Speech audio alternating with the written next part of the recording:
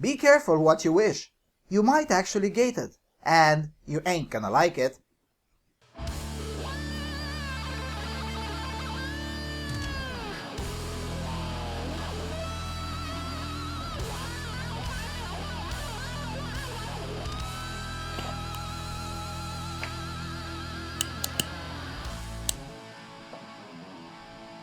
Hello everyone, and welcome to the Freedom Alternative.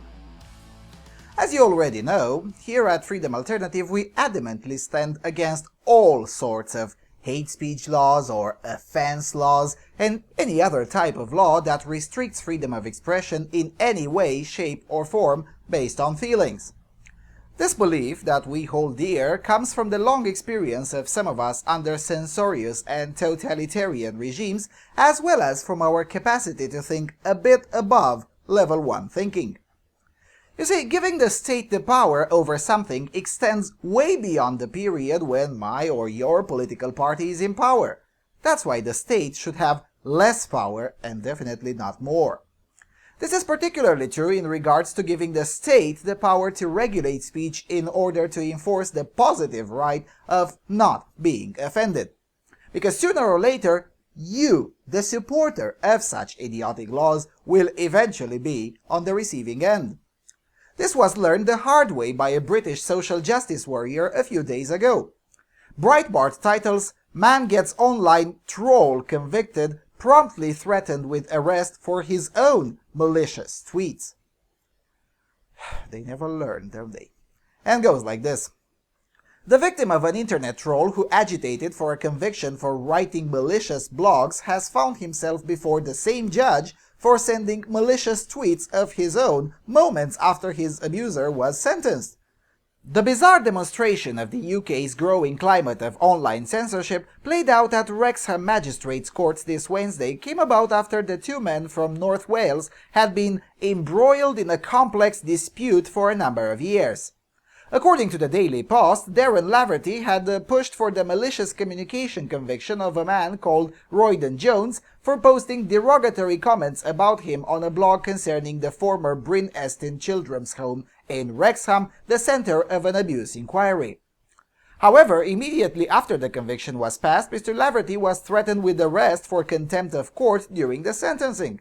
Mr. Laverty is reported to have tweeted maliciously about his troll as the trial was underway.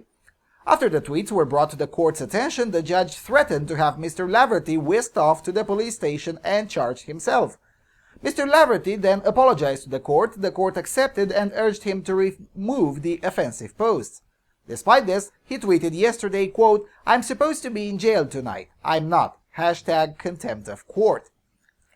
The case concluded with Mr. Jones being given a £120 fine and ordered to pay £480 costs and a £20 victim surcharge. No penalties were brought against Mr. Laverty.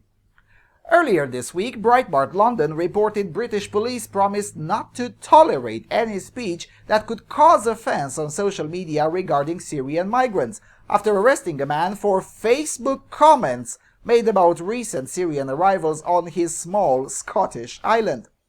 The 41-year-old man was arrested on the Isle of Bute in the Firth of Clyde under the Communications Act. A spokesman for the local police said, quote, "I hope that the arrest of this individual sends a clear message that Police Scotland will not tolerate any form of activity which could incite hatred and provoke offensive comments on social media." Well, here's my message for the Police Scotland.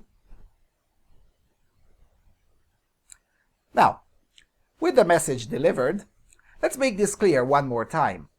The more you give power to the state, the more likely it is that that power will eventually bite your arse. This is as true as day follows night. It always works like clockwork. This time, this fool was left alone because he was willing to self-censor. But what about next time? And also, since when coerced self-censorship is acceptable? Also, you will notice nowhere in the original story is mentioned anything about false statements or libel, just that the victim of the state posted derogatory comments. Well, so fucking what? Britain is not just in a growing climate of online censorship, as Breitbart puts it. No. Britain is a totalitarian police state. There, I said it. Arresting people for expressing opinions about new arrivals in their city or on their small island is not a climate. It's the actions of any textbook police state. There's no way to work around that. I'm sorry. That's all I had to say. Thank you for watching.